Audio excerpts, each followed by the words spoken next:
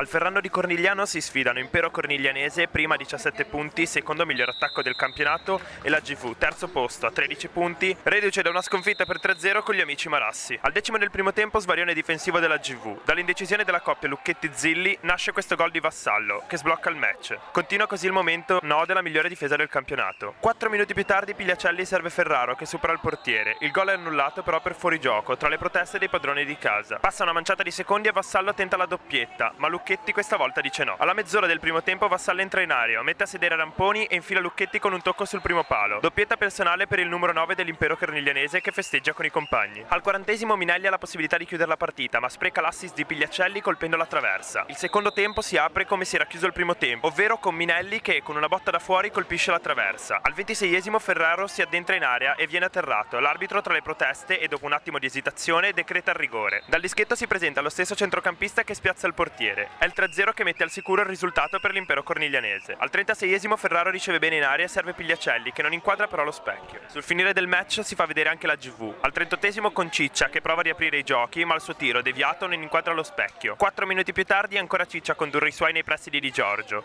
Il giovane serve Trabona, che però trova un attento portiere a ribattere il tiro. L'Impero Corniglianese trionfa così sulla terza della classe con un netto 3-0. Sugli scudi Vassallo, sempre più bomber di questa squadra.